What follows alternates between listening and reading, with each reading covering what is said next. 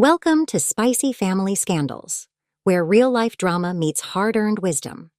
Today's story is about betrayal, resilience, and the power of standing up for yourself. Let's dive in. When I opened the group chat on my phone that evening, I didn't expect to find the kind of message that would burn every bridge I'd spent 10 years trying to build. But there it was, cold, cruel, and written in the tone only Carol could master. "We're hosting this Saturday. You're welcome to come, though I assume you'll be too busy. Like always." It was followed by a screenshot of a private text I'd sent to Jake earlier that week, venting about how exhausted I was after balancing my freelance deadlines and parenting our daughter Lily, with almost no help from him. My throat tightened as I scrolled further. The group chat wasn't just Carol's usual circle of her friends and Jake's siblings. It included my friends too. She had deliberately added them to the group just to put me on display. And the comments that followed? "Maybe you should hire a nanny. It's about priorities, isn't it? Carol's so strong to step in where others fall short." I stared at the screen, feeling the familiar sting of humiliation curling in my chest. My fingers hovered over the keyboard, but I stopped myself. What could I even say that would fix this? No matter how I responded, I knew Carol would twist it. She always did. But this time the anger didn't die down like it usually did. It simmered.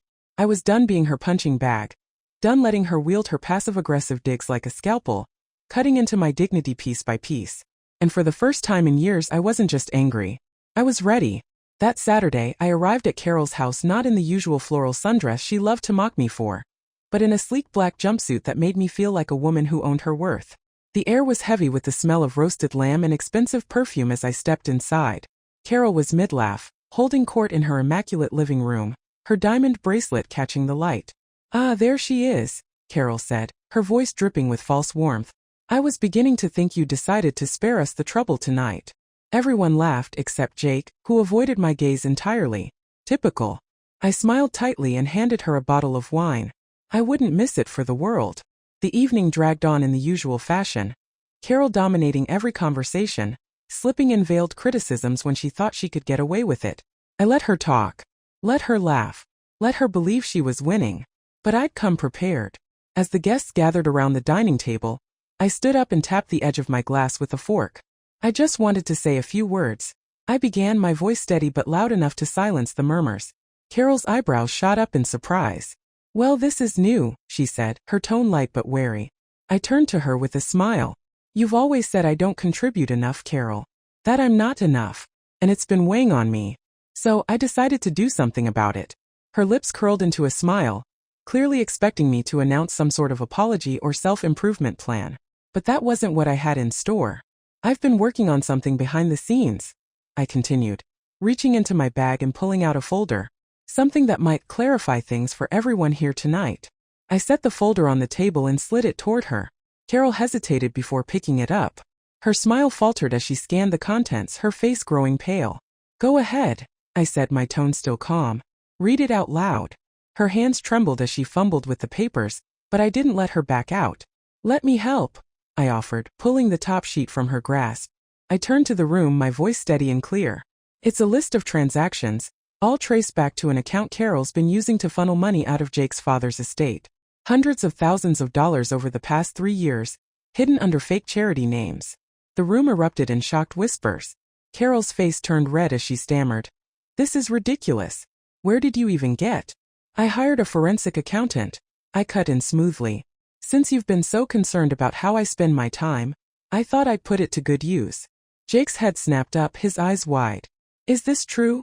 he asked, his voice barely above a whisper. Carol opened her mouth, but nothing came out. "I think it's time we stop pretending you're the perfect matriarch," I said, my voice sharper now. "Because I'm done playing by your rules, Carol. And so is your reputation." The tension in the room was suffocating, but I didn't care. For once, I wasn't the one shrinking under her shadow. This time she was the one left speechless. Carol's face was frozen in a twisted mask of shock and fury, her carefully cultivated composure unraveling by the second. Her friends exchanged horrified glances, and the room buzzed with whispers. Jake's hand trembled as he reached for the folder, flipping through the documents with wide, disbelieving eyes. "Mom," he said hoarsely, his voice breaking. "What is this? Tell me this isn't true." Carol's lips parted, but no words came out. For a moment, the only sound was the faint rustle of papers in Jake's hands. I watched as his confusion gave way to anger, his knuckles whitening as he gripped the edges of the folder. "Jake, sweetheart," she finally stammered, her voice a strained parody of her usual confidence. "This isn't what it looks like. I was managing things. For the family." "Managing?" I said, my voice cutting through the room like a blade. "By draining an account meant to support Jake and his siblings? By funneling it into fake charities registered under your name?" I turned to the guests, leveling them with a calm but pointed look. "You all know Carol loves her charities. Did you ever wonder why none of them seemed to actually do anything?" A few people shifted uncomfortably, their eyes darting between me and Carol. Her closest friend, Helen, looked particularly pale, like she'd just remembered a donation she'd made at Carol's insistence. "Enough!" Carol's voice cracked as she slammed a hand on the table, the sound startling everyone into silence. Her usual elegant demeanor was gone, replaced by something raw and frantic. "You're trying to humiliate me, to ruin my reputation in front of my family and friends." I met her gaze unflinching. "You humiliated yourself, Carol. And you've been doing it for years, just not in ways people could see. Until now." Jake stood abruptly, the folder clutched in his hands. "You're telling me you've been stealing from Dad's estate?" he said, his voice rising. "All this time, while you've been berating us about responsibility and doing what's best for the family?" Her face crumpled, her carefully constructed facade finally shattering. "I had to," she snapped, desperation creeping into her voice. "Do you think your father left us enough to live on? I kept this family afloat when he died. Everything I did for you and your siblings. For us." Jake's laugh was bitter, his voice thick with disbelief. "You think lying and stealing is for us? You let me believe my wife was the problem all this time. You tore her down over and over, and I stood there and let you do it because I thought you were protecting us." Carol reached for him, but he stepped back, shaking his head. "Don't," he said quietly, his voice laced with hurt and fury. I should have felt triumphant. This was the confrontation I'd fantasized about for years. The moment where Carol's house of cards finally collapsed. But as I looked at Jake, his eyes glassy, his jaw clenched, I realized this wasn't just my victory. It was his loss too. The room had descended into chaos. Guests whispered behind their hands, some inching toward the door, clearly eager to escape the unfolding scandal. Helen muttered something about needing to check on her husband and practically ran from the room. Carol, however, wasn't done. "You think you're so clever, don't you?" she spat, her gaze locking onto mine with a venom I'd never seen before. "Dragging all of this out in front of everyone. Do you really think this makes you look good? All you've done is prove that you're vindictive and small." I let her words hang in the air for a moment before replying, my voice steady. "You've spent a decade trying to convince everyone that I'm not good enough, that I don't belong in this family. But here's the difference between you and me, Carol. I don't need to tear someone down to make myself feel whole." For a moment she just stared at me, her chest heaving, her eyes glinting with unshed tears. And then, like a cornered animal, she lashed out one last time. "You think you've won?" she said, her voice trembling with rage. "This little stunt won't change anything. Jake will see through you eventually, just like I did. You'll always be a failure." The words stung, but they didn't cut as deep as they once might have. Because this time I wasn't standing alone. "I think we're done here," Jake said, his voice low but firm. He turned to the guests, his expression hard. "Thank you all for coming. I think it's time to end the evening." The dismissal was clear. One by one, the guests murmured their goodbyes and hurried toward the door, their curiosity overshadowed by the discomfort of witnessing the implosion of the so-called perfect family. As the last guest disappeared, Jake set the folder down on the table and looked at his mother with a kind of heartbreak that made my chest ache. "I loved you," he said quietly. "I trusted you. But after this, I don't know how to fix this." Carol's mouth opened and closed, but no words came out. I stepped forward, placing a hand on Jake's arm. He glanced at me, his expression softening slightly, and I knew we were finally on the same side. For the first time in years I felt free. But I also knew this wasn't over. Carol wasn't the kind of person to let things go quietly. She would fight, claw, and manipulate her way back into control. And I'd be ready. The night air hit me like a slap as I stepped outside. My heart pounded in my chest, my hands trembling with the residual heat of confrontation. The sounds of muffled voices carried through the cracks in the front door behind me, but I didn't look back. I got into my car and gripped the steering wheel, letting out a shaky breath. For years I'd imagined myself standing up to Carol, but I'd never pictured it like this. My marriage hanging by a thread, my dignity dragged through the mud, and the eyes of an entire room searing into my back. As I started the engine, I felt my phone buzz in my pocket. It was Jake. His name on the screen made my stomach twist, but I ignored it. He hadn't said a word in my defense tonight, and I wasn't ready to hear whatever excuse he'd cooked up. I drove aimlessly for a while, the silence in the car deafening. My mind replayed Carol's words, the sneers from her friends, and the way Jake had just sat there. But beneath the anger, something else gnawed at me. A deeper hurt, one I couldn't shake. Was she right? Had I failed? I pulled into a parking lot near a 24-hour diner and sat there, staring at the neon sign flickering in the window. My phone buzzed again. This time it was a text. "Come back. We need to talk." I stared at the screen, my thumb hovering over the keyboard. I wanted to scream at him, to demand why he hadn't stood up for me, why he always let his mother get away with treating me like garbage. But instead I typed, "I'm not coming back tonight. And maybe not at all." I hit send before I could change my mind, then turned off my phone. It was nearly midnight when I got home. The house was quiet, but I could feel the tension in the air as soon as I stepped inside. Jake was waiting in the living room, still in his dress shirt, his tie loosened and his face drawn. "You left," he said quietly. His voice tinged with something I couldn't quite place. Disappointment? Frustration? Guilt? "I did," I said, dropping my bag on the floor. "And honestly, I'm not sure why I came back." He flinched, but I didn't stop. "Do you even realize what it's like for me?" I asked, my voice shaking. "Sitting there, night after night, while your mother tears me apart in front of everyone. And you just let her." He opened his mouth, but I cut him off. "No," I said sharply. "You don't get to defend her. Not after what she said tonight." "She was out of line," he admitted, his shoulders sagging. "But you didn't have to embarrass her like that either." I let out a bitter laugh. "Embarrass her? Jake, she's been humiliating me for years. Do you have any idea how many times I've bitten my tongue for the sake of keeping the peace? For you." His face darkened. "I never asked you to do that." "Exactly," I snapped. "You didn't ask because you didn't care enough to notice." The silence that followed was heavy, suffocating. "I don't know what you want me to say," he finally said, his voice low. "I don't want you to say anything," I replied. "I want you to act like my husband, to have my back, to stand up for me instead of hiding every time she throws one of her little daggers." Jake ran a hand through his hair, his jaw tight. "She's my mother," he said, as if that explained everything. "And I'm your wife," I said quietly. At least I thought I was. For a moment neither of us spoke. Then without another word, I turned and walked up the stairs. The next morning, I woke to the sound of my phone buzzing. Reluctantly, I turned it on and saw dozens of notifications, texts, missed calls, and even a few emails. Most of them were from Jake or his siblings, but one message stood out. It was from Carol. "I'm not done with you yet. You'll regret humiliating me. Watch yourself." My stomach turned. Carol had always been petty and vindictive, but this was different. There was a malice in her words that made my skin crawl. I stared at the message for a long moment before deleting it. She wanted me to be scared, to feel powerless, but I wasn't going to give her the satisfaction. If she wanted a fight, she was about to find out that I wasn't the same woman who had spent the past decade cowering under her shadow. The day dragged like a heavy chain, each minute pulling me closer to whatever storm Carol had planned. Her message stayed with me, replaying in my mind as I moved through the motions of cleaning the house and taking care of Lily. I tried to act normal, but the weight of her words lingered like a shadow. By the afternoon, Jake still hadn't spoken to me beyond a terse "good morning." He left the house for work without a second glance, and honestly I was relieved. I needed space to think. But Carol wasn't interested in giving me space. Around 3 p.m., my phone buzzed with a notification. It wasn't a message this time, it was a post.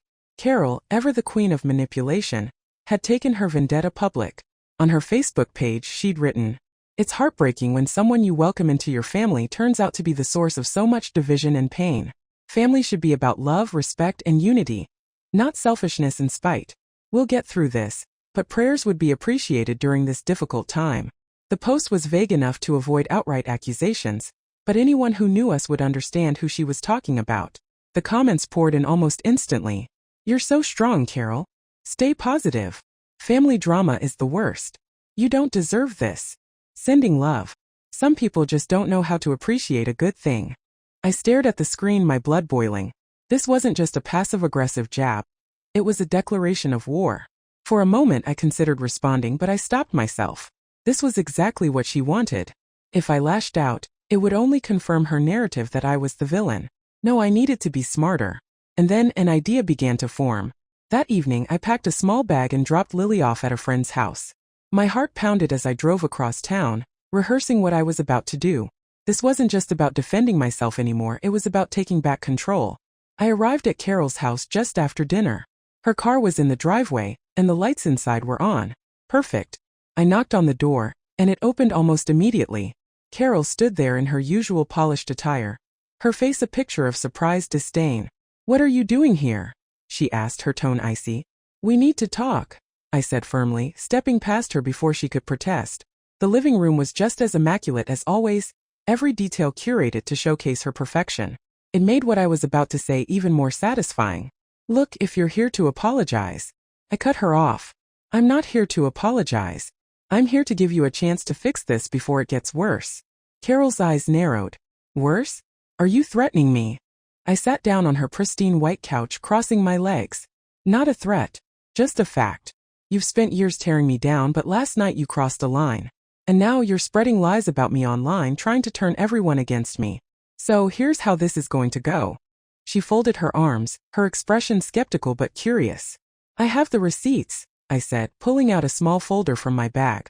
"Years' worth of your texts, emails, and messages. Every insult, every backhanded comment, every attempt to undermine me in this family.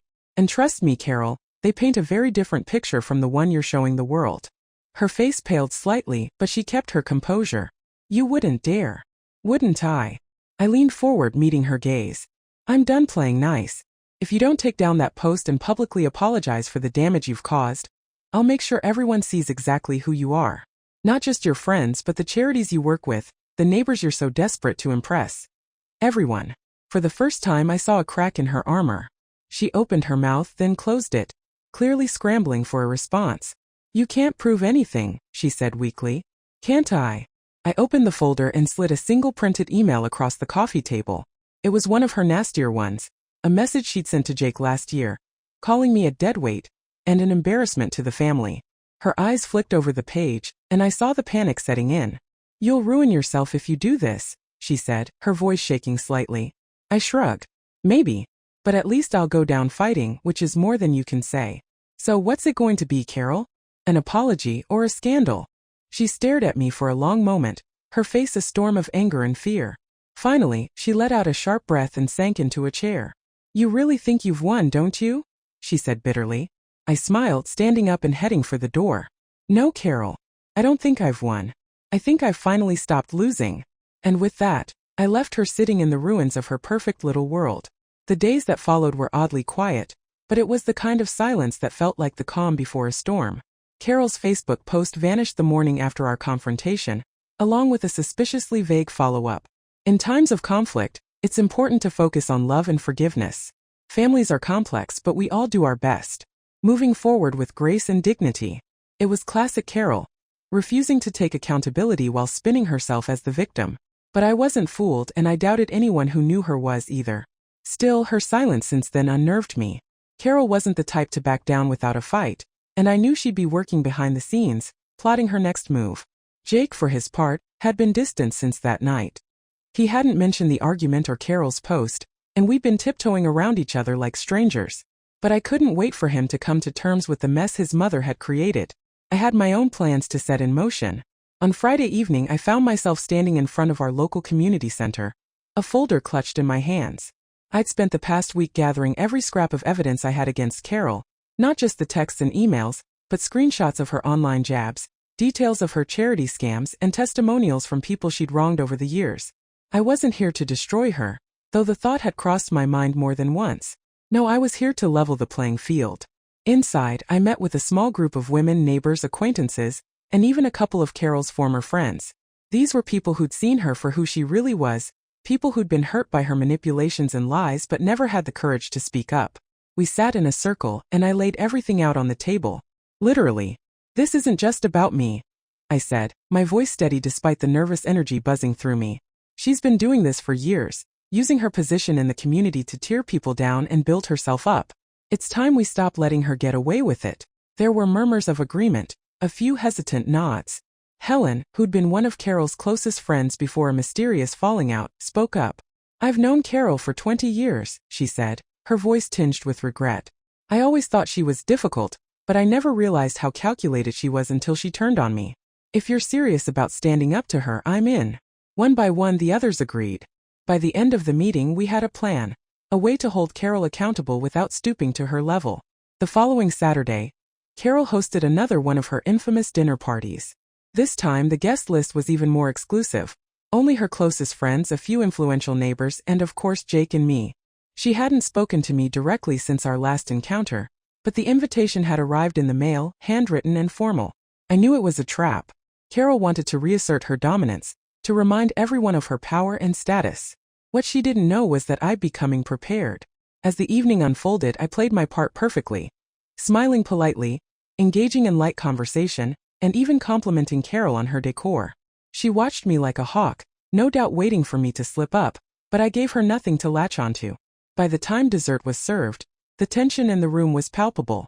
That's when Helen stood up, holding a glass of wine in one hand and a folder in the other.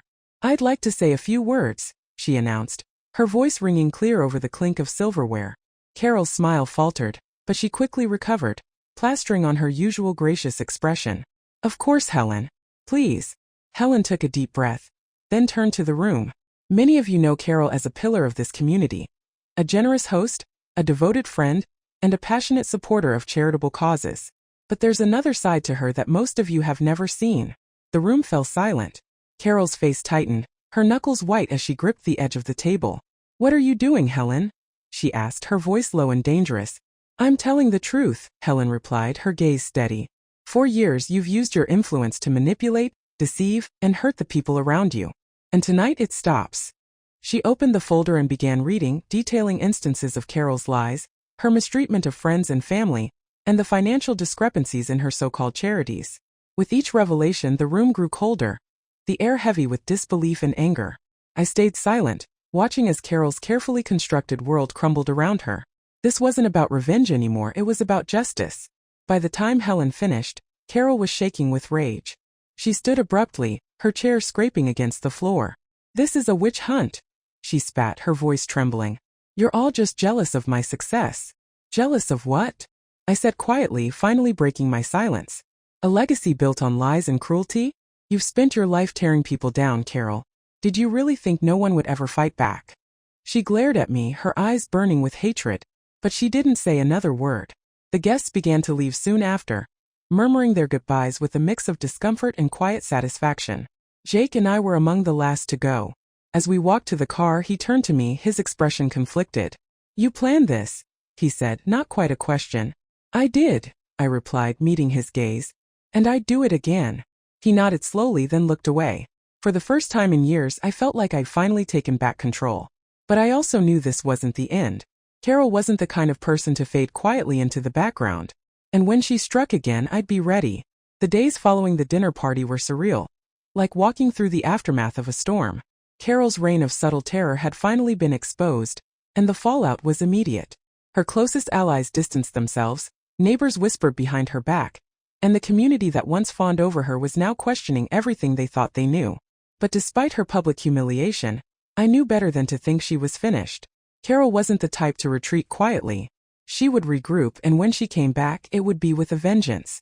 Jake, however, was still processing the aftermath in his own way.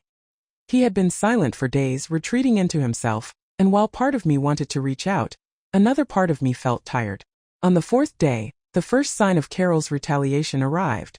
A single envelope, left on our doorstep. It wasn't mailed, she had delivered it herself. Inside was a typed letter on crisp white paper. "I warned you that you'd regret this. It's time you learned what happens when you cross me." There was no signature, but it didn't need one. The threat was as clear as her handwriting. I stared at the letter, my pulse quickening. What now?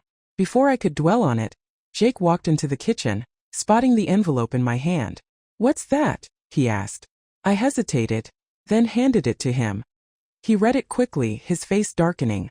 "This is insane," he muttered, crumpling the letter in his fist. "She's not going to stop, is she?"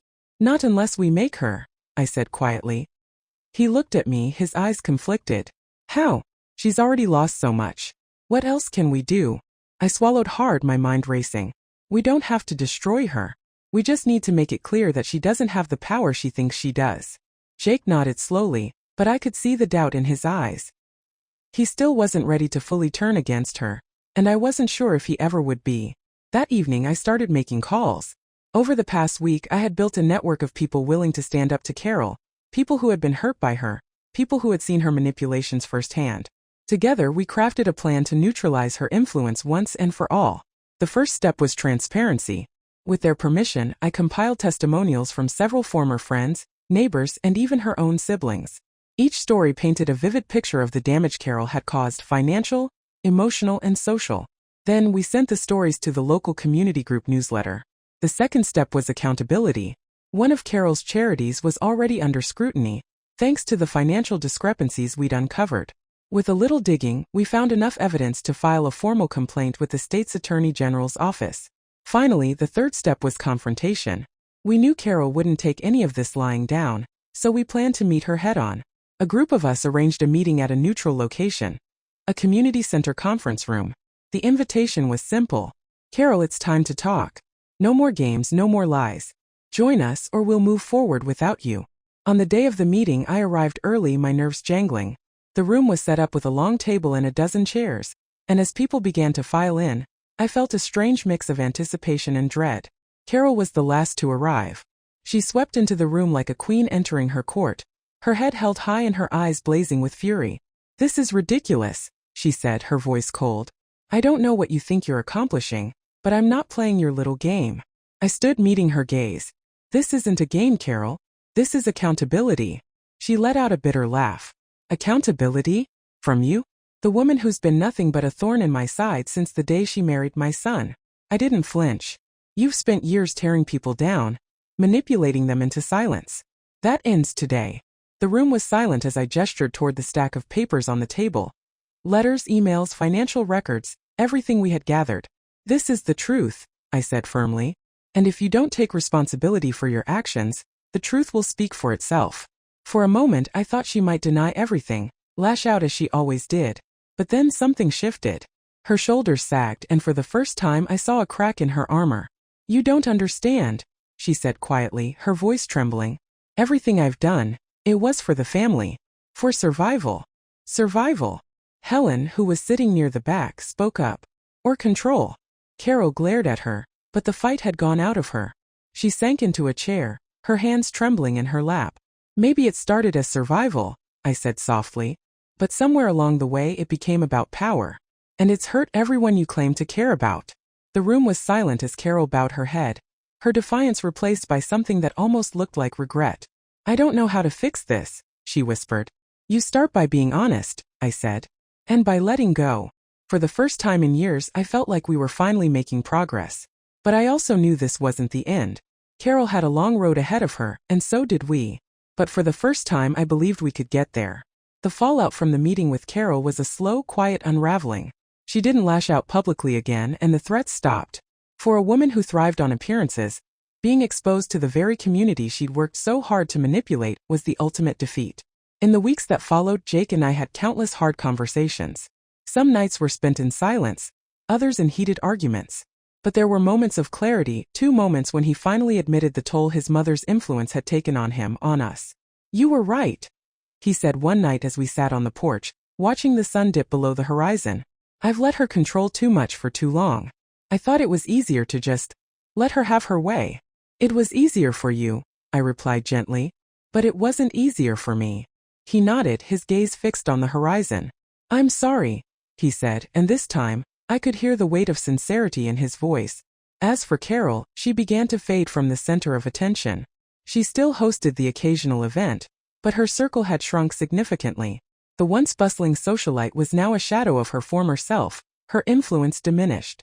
And though part of me wanted to revel in her downfall, I couldn't bring myself to feel triumphant. If anything, I felt pity. Carol had spent her life clinging to control, believing it was the only way to stay relevant, to matter. And now, stripped of that control, she was left with nothing but the hollow shell of the persona she'd built. One evening, a few months after the chaos had settled, Carol called me. "Hi," she said, her voice quieter than I'd ever heard it. "Do you have a moment?" I hesitated, then nodded even though she couldn't see me. "I do." There was a long pause before she spoke again. "I've been thinking a lot about everything, and I realize I've done things I'm not proud of." hurt people I didn't mean to hurt. It wasn't a full apology, but it was a start. I appreciate you saying that, I said carefully, but it's going to take time to rebuild trust. And that's only if you're willing to put in the work.